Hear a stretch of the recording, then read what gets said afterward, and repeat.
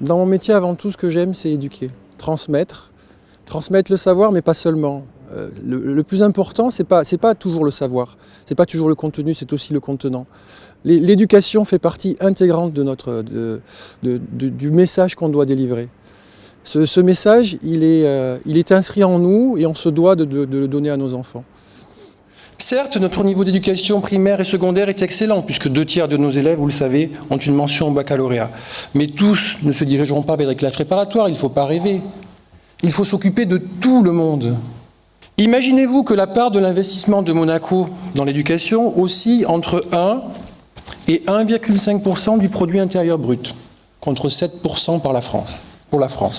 Alors j'ai ici un petit classement, vous voyez, c'est le classement des pays consacrant le plus de budget à l'éducation. Voilà. Alors là, vous avez, c'est bizarre, mais il y a Cuba. Et puis, si vous nous cherchez, voilà, il faut descendre là. 179e rang mondial. Je plaisante pas, hein. 179e rang mondial. On est entre la République démocratique du Congo et la Somalie.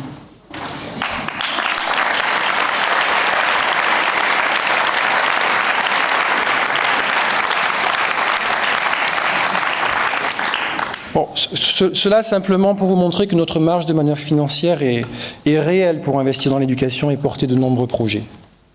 Se pose aujourd'hui la question des études supérieures. 90% de nos jeunes bacheliers partent à l'étranger, faute de formation dans la principauté, souvent. Et ils sont souvent mineurs et doivent vivre dans une ville, seuls.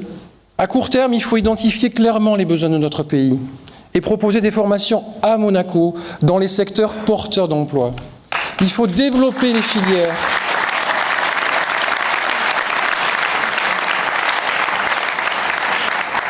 Il faut développer les filières techniques, la formation professionnelle et l'apprentissage en lien direct avec les acteurs économiques de la principauté, en s'appuyant sur les structures existantes, comme par exemple le lycée technique hôtelier de Monte-Carlo, mais aussi en développer d'autres. On peut rêver, hein. Imaginons une grande université monégasque.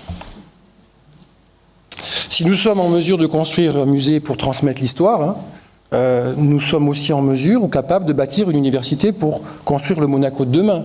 Une structure qui, elle, est tournée vers le futur et profitera à tout le monde.